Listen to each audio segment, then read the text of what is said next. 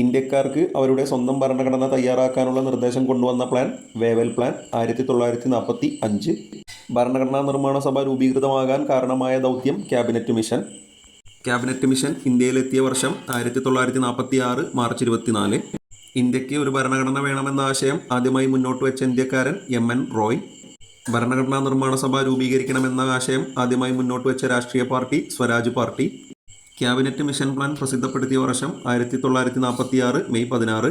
Cabinet മിഷനിലെ അംഗങ്ങളുടെ എണ്ണം 3. Pethick Lawrence, Stafford Cripps, AV Alexander.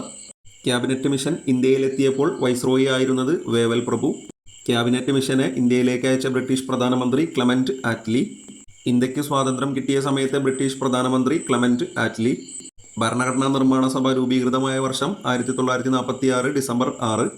ഭരണഘടനാ നിർമ്മാണ സഭയുടെ പ്രഥമ സമ്മേളനം നടന്നത് 1940